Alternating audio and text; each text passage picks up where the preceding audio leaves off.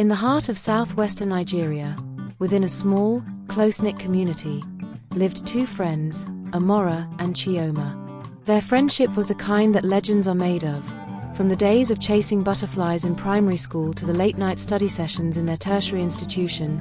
They were inseparable.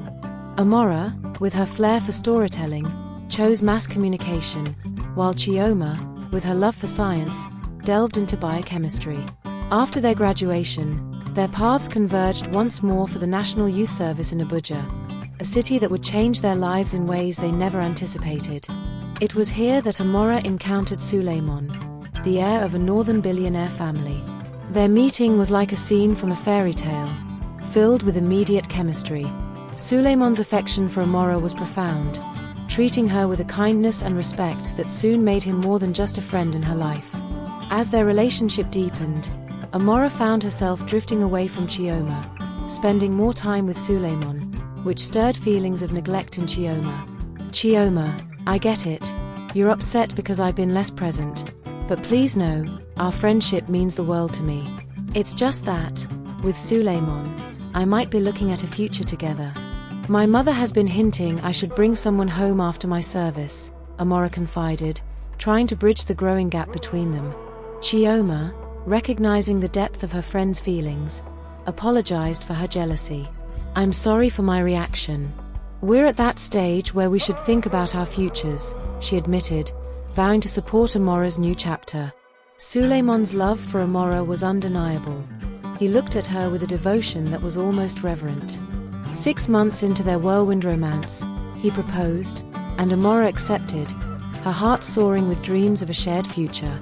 She called Chioma, her voice brimming with excitement. Chioma, he proposed, she exclaimed, but Chioma couldn't shake off her doubts.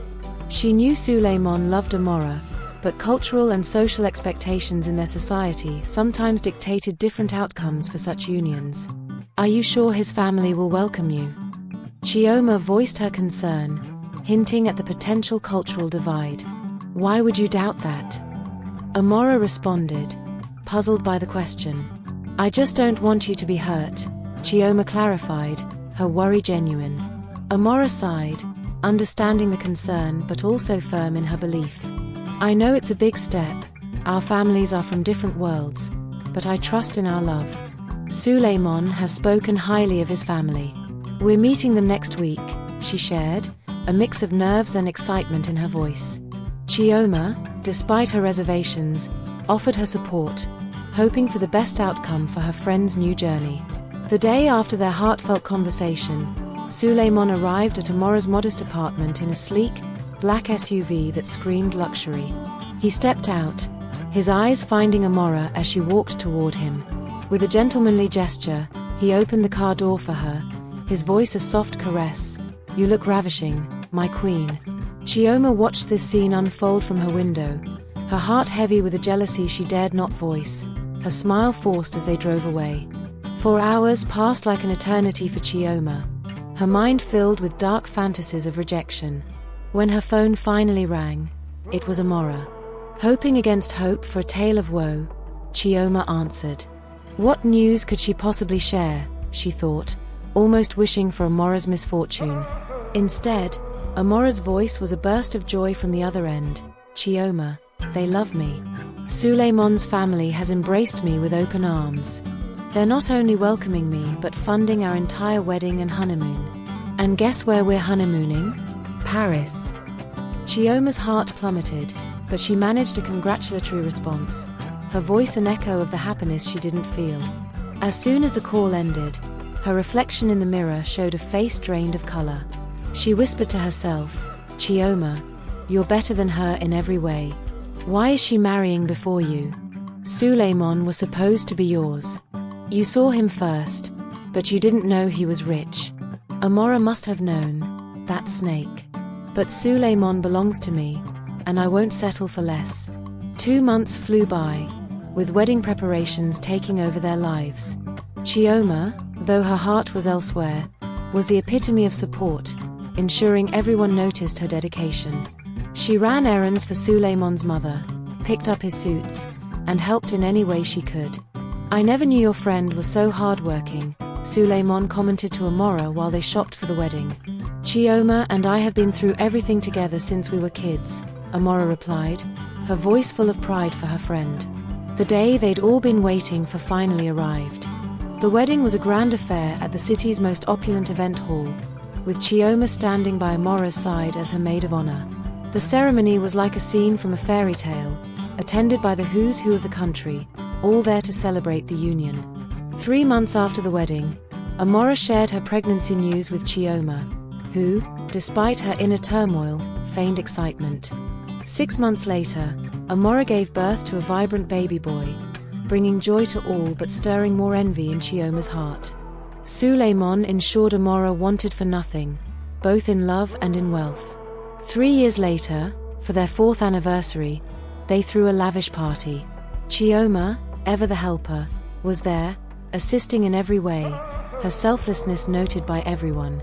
"Your wife's friend is truly a kind soul," commented Mrs. Kafiat, Suleiman's mother, to her son, sharing a laugh about how she'd be a perfect match for any of their unmarried sons if there were any. But life has a way of turning unexpectedly. One day, Amora received a call that shook her to her core. Chioma had tried to end her life and was in the hospital. The drive to the hospital was a blur, Amora's mind racing with questions. Why would Chioma do this? Her heart was heavy with worry and confusion. At the hospital, she was led to Chioma's room, her steps filled with dread for what she would find. "Chioma, why would you do this to yourself?" Amora's voice cracked with emotion, tears streaming down her face. "I've known you all our lives, and I never imagined you'd reach a point where you'd consider ending it all. What's so unbearable?" Chioma remained silent for a long moment, her eyes distant, lost in the abyss of her thoughts. When she finally spoke, her words were laden with pain. "Amora, can't you see my life? I'm stuck, not moving forward or backward. Since graduation, I've been in this limbo, alone. I've been battling depression for months. But how would you know? Your life has been a whirlwind of happiness with your new family." Guilt washed over Amora like a tidal wave. She had indeed been consumed by her marriage and motherhood, neglecting the bond she once cherished with Chioma. She apologized, her words sincere, promising to mend their friendship, to be the support Chioma needed. 2 sleepless nights later, with Chioma's discharge from the hospital, Amora lay awake, the weight of her friend's pain heavy on her mind. "My love, why aren't you sleeping?" Suleiman's voice was gentle, filled with concern. Amora shared her fears, the dread of Chioma's potential relapse into depression, the thought of losing her friend to such darkness. Suleiman, always her rock, comforted her, vowing to keep an eye on Chioma, ensuring she had the support she needed. "Can I ask you something?" Amora said hesitantly. "Of course," Suleiman replied, his voice open. "Can Chioma move in with us for a while? I think I'd rest easier if I could see her every day, ensure she's okay." Suleiman's response was firm. "I don't think that's wise. These setups rarely end well. Chioma, I know you care deeply for her, but inviting her into our home might be too extreme." Despite Amora's pleas for empathy, Suleiman, overwhelmed by the suggestion, left for the solitude of the living room, his frustration palpable. For 3 days, Amora's silence spoke volumes, her sadness manifesting in a withdrawal from her husband. "How long will you keep this up?" Suleiman's voice finally broke the silence, tinged with both worry and resignation. "All right, she can come live with us, but it's temporary. I just want you to be happy." Amora's relief was immediate, her gratitude profound, and she quickly extended the invitation to Chioma. Chioma settled into their home, taking the guest room, her presence melding into the daily rhythm of their lives. She was helpful, sometimes preparing meals or offering a cool drink to Suleiman when he returned home to an empty house. However, 3 months into this new arrangement, Amora's health took a mysterious downturn. She fell ill frequently, each ailment more draining than the last, her vitality slipping away. Despite countless medical consultations and treatments funded by Suleiman, no diagnosis was forthcoming. Feeling her stay had perhaps extended beyond necessity, Chioma one day suggested she should return to her own life, but Suleiman, now accustomed to her support, pleaded for her to stay. "Amora needs you here," he said, his voice heavy with the weight of his concerns. Amora, weakened but still caring for her friend, agreed. Tawfiq, their curious and intelligent 5-year-old, one day posed a question that hung in the air like a fog. "Why did Mommy start getting sick after you came to live with us?" Chioma dismissed his words with a gentle touch on his head, moving on to her tasks, her expression unreadable. After 6 grueling months, Amora's fight came to an end. The house was enveloped in grief, Suleiman's world shattered. He was left to navigate life without his partner, with only a young son to care for. Chioma, grappling with her own sorrow, stepped up, offering the support that Suleiman desperately needed. She cooked, cleaned, ensured Suleiman ate, and took over the nurturing of Tawfiq, treating him like her own. In this new reality of loss and care, Chioma's role evolved. She was no longer just a friend but the backbone of the household, managing everything from daily chores to providing emotional support. Her dedication was clear, yet the shadow of doubt lingered, fueled by Tawfiq's innocent question, echoing the unspoken suspicions about Amora's sudden illness. This complex tapestry of grief, suspicion, and care now defined their lives, with Chioma at its center, her actions both selfless and under scrutiny. 3 weeks after Amora's burial, Chioma felt the weight of her presence in the house was no longer justified. "Suleiman, I think it's time for me to leave. With Amora gone, there's no reason for me to stay." Her voice was firm yet tinged with sadness. Suleiman, however, was desperate. "Please, Chioma, stay for Tawfiq. He's so young. He needs someone he trusts." When Chioma stood firm in her decision to leave, Suleiman reached out to his mother for help. "Chioma, my daughter," Mrs. Kafiat's voice came through the phone, warm but insistent. "You are like a sister to Amora. For the child she left behind, please stay a little longer until we can find some stability. I'm not in the country, or I'd take him in myself." Reluctantly, Chioma agreed to remain, her heart heavy with the memories of her friend. Time passed, days bleeding into weeks, and months into a new chapter. Chioma, with her meticulous care and understanding, had become an integral part of their lives. Suleiman found himself drawn to her, her presence a comfort he hadn't anticipated needing. One night, as he drifted into sleep, a soft knock at his door startled him awake. "Who is it?" he asked, his voice groggy with sleep. "It's Chioma," came the soft reply. His heart raced with concern. What could she want at this hour? Opening the door, he found Chioma in attire that was more revealing than he'd ever seen her wear, claiming she was plagued by nightmares. He invited her in, and in the vulnerability of the night, one thing led to another. They made love, an act that Suleiman immediately regretted, the guilt of betraying Amora's memory weighing heavily on him. Chioma, sensing his turmoil, reassured him that what happened was natural, a human response to grief and loneliness. Soon after that night, Chioma moved from the guest room to the master bedroom, their relationship now out in the open. Despite the potential for societal judgment, Suleiman informed his parents of his intention to marry Chioma. His parents, seeing the long-standing friendship and Chioma's dedication to Tawfiq, gave their blessing, believing it was what Amora would have wanted for her son's stability. Wedding preparations began, though kept modest due to the unconventional circumstances of their union. Suleiman had to leave for a business trip, promising to return in a month to finalize everything, leaving Chioma in charge of the household and Tawfiq. One morning, the house was silent except for the harsh tone of Chioma as she stormed into Tawfiq's room. "Tawfiq, wake up," she demanded, her patience thin. Tawfiq, still lost in sleep, didn't stir quickly enough for her liking.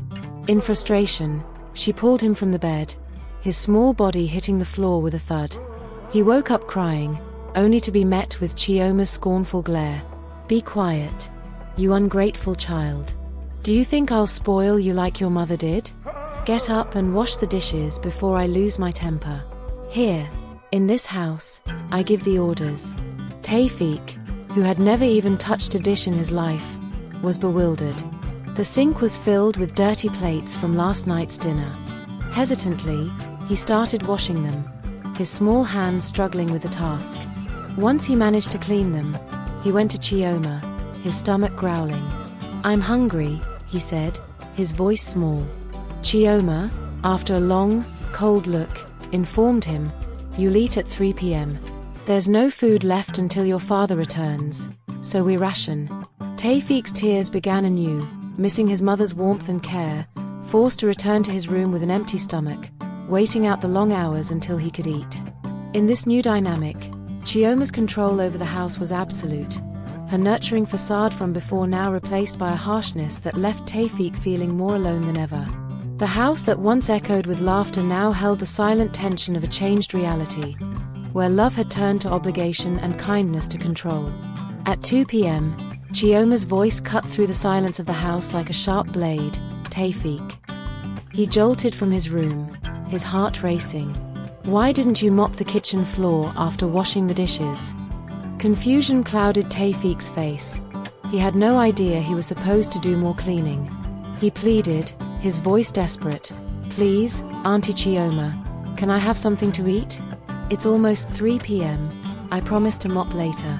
Chioma's laughter was cold, mocking. "You think you can just decide when to obey? Your mother clearly didn't teach you anything about consequences. For your disobedience, you'll wait until 9 p.m. to eat. Now mop the floor before I change my mind." With his body aching from hunger and fatigue, Tawfik fetched the mop bucket and began to clean, his movements slow and weary. Once done, he retreated to his room, collapsing onto the floor, tears streaming down his face as he contemplated a future with Chioma as his stepmother. At 7 p.m., Chioma summoned him again, handing him 2 slices of dry bread and a glass of water. "Auntie Chioma, please, this isn't enough. I haven't eaten all day," Tawfik pleaded, his voice quivering.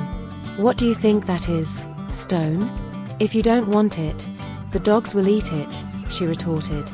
Left with no choice, Tawfik took the meager offering back to his room, consuming it slowly, his only meal of the day.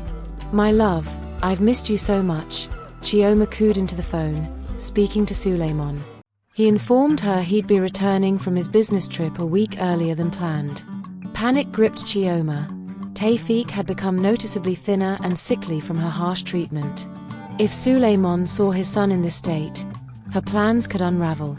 The next morning, Chioma attempted to rectify the situation. "Tawfik, my boy, come eat," she called out, presenting a lavish plate of jollof rice, fries, and turkey. Tawfik's eyes widened with fear rather than hunger. He suspected a trap. "I'm not hungry," he said, his voice barely a whisper.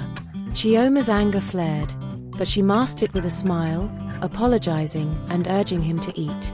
When he refused, she left the house, her mind racing. "In the pharmacy," she asked, "I need something to improve my 6-year-old's appetite." The pharmacist, unsuspecting, handed her a bottle of syrup. "Give him 1 tablespoon twice a day," he instructed. Back home, Chioma poured half the bottle into Tawfik's favorite juice, leaving the untouched meal on the table as bait. Hours later, Tawfik, seeking some comfort, drank the juice, unaware of the added syrup. Soon after, a ravenous hunger overcame him. He rushed to the dining table, this time devouring the meal with a hunger he hadn't felt in days. Chioma continued this routine, watching as Tawfik ate more than he ever had, his appetite seemingly insatiable for the next week. When Suleiman returned, he was met with a scene he hadn't anticipated. His son, once lean and pale, now looked almost unrecognizable, his cheeks fuller, his eyes brighter. The transformation was so stark that Suleiman's joy at seeing his son looking well was tinged with confusion. "What happened, Tawfik? You look so different," he asked, embracing his son, his heart swelling with relief but his mind questioning the sudden change. Chioma, watching from the sidelines, smiled, her plan seemingly successful. Yet, beneath her smile lay a web of deceit and manipulation, her actions driven by self-preservation rather than care. The house, once a place of love and laughter, now held secrets in its walls, the dynamics within it forever altered by Chioma's machinations. Tawfik, caught in this new reality, felt a mix of relief and fear, unsure of what this change meant for his future with Chioma as part of his family. "What have you been feeding my boy?" Suleiman's voice was filled with excitement as he observed Tawfik's newfound vitality. He felt a surge of peace, believing Chioma was the perfect choice not just for him but for his son. However, Tawfik, now understanding the manipulative game Chioma was playing, felt trapped. How could he explain the truth to his father when his physical transformation suggested otherwise? He knew that if his father married Chioma, it would be a grave mistake. "Daddy, please buy me a tab. All my friends have one," Tawfik pleaded as Suleiman readied himself for work. "I'll have Chioma get one for you," Suleiman replied casually. Tawfik's response was immediate. He burst into tears, begging to see his mother, Amora. The mention of Amora broke Suleiman's heart. Seeing his son in such distress, he promised to buy the tablet on his way back if Tawfik would stop crying. 3 weeks before the wedding, Suleiman had to leave for a short business trip. As soon as he was out of sight, Chioma's demeanor shifted back to cruelty. She forced Tawfik into chores beyond his capacity, feeding him only 2 slices of bread, a stark contrast to the care she had shown when Suleiman was around. One evening, mustering courage, Tawfik confronted her in the living room. "Auntie, why are you so wicked to me?" he asked, his voice trembling. His words were cut short by a harsh slap from Chioma. "You ungrateful child. How dare you question me? Do you think I spared you out of kindness? I could have sent you to join your mother. Did you ever wonder how she died?" Her words were venomous, her revelation chilling. "I've been poisoning her slowly with something untraceable. She took what was mine. I was meant to marry Suleiman, and I've taken back what's rightfully mine. My goal was to take over this house, and I've achieved it. Stand in my way, and I'll crush you." Tawfik stood frozen, the weight of her confession almost bringing him to his knees. He knew he had to be strong, for his mother's memory. When Suleiman returned, Tawfik kept silent about Chioma's confession, understanding the peril of speaking out against someone so cunning. The wedding was now just 2 days away, and despite its intended simplicity, the Suleiman family ensured it was an event of class and elegance. The family gathered at their home, the atmosphere filled with joy and anticipation. Then, Tawfik, loved and cherished by all, especially by his grandparents, requested everyone's attention in the living room. Mrs. Kafiat, eager to hear what her grandson had to say, gathered everyone, unaware of the storm brewing within the young boy. Chioma, though outwardly composed, was internally panicked. She feared Tawfik might reveal her dark secret, but reassured herself that her years of loyalty and the trust she had garnered would outweigh any accusations from a child. She had her defense ready. If Tawfik spoke out, she would claim he had been hallucinating since his mother's death, dealing with his grief in silence. As everyone settled, the room silent in anticipation, Tawfik took a deep breath. "I have something very important to say," he began, his voice steady but his heart racing. He knew he was about to unveil the truth, not just about his treatment but about his mother's death. The room held its breath, the weight of his words yet to unfold, the air thick with tension and the unknown consequences of what he was about to reveal. Chioma watched him, her mind calculating, ready to counter with her fabricated story of a grieving child's delusions. In this moment, the house that had seen both love and deceit was on the brink of a revelation that could alter the course of many lives, exposing the true nature behind the facade of care and concern. The truth, once hidden, was now poised to emerge, challenging the bonds of trust and love within the family. The family gathered, curiosity piqued as Tawfik stood in the center of the living room, asking Kabiru, Suleiman's younger brother, to connect his tablet to the TV. Confusion hung in the air until the video started playing. It was Chioma's confession, captured unknowingly by Tawfik's strategically placed tablet. The room was engulfed in shock as Chioma's words echoed through the speakers, her admission of poisoning Amora chilling everyone to the core. Suleiman felt the world collapse under him. Chioma tried to flee, but Kabiru swiftly restrained her. The police were called, and soon, Chioma was led away in handcuffs, her silence a stark contrast to her earlier bravado. The video left no room for defense. The family was overwhelmed by guilt, feeling they had betrayed Amora's memory by welcoming Chioma into their lives. Suleiman knelt before Tawfiq, apologizing for his blindness to Chioma's true nature, acknowledging the tragic price Amora had paid. Days later, Suleiman and Tawfiq visited Amora's grave, laying flowers as a symbol of their sorrow. "Amora, I'm so sorry. I feel I've betrayed your love and trust. Please forgive me," Suleiman whispered, tears streaming down his face, the weight of his loss and regret palpable in the silence of the graveyard. 3 months on, justice was served. Chioma was convicted of murder and sentenced to death by hanging. The ordeal had left an indelible mark on Suleiman, who chose never to remarry. Instead, he poured his energy into his business and raising Tawfiq, ensuring his son grew up surrounded by love and truth, a stark contrast to the deceit they had endured. In the years that followed, their bond strengthened, a testament to their resilience and the love that had once filled their home, now a beacon of healing and hope. If you enjoyed this story, please comment the lessons you learnt and the advice you will like to give to others. Kindly support by clicking the like and subscribe button on this video to support this channel, and for more interesting stories like this. Till I see you in another new story, bye.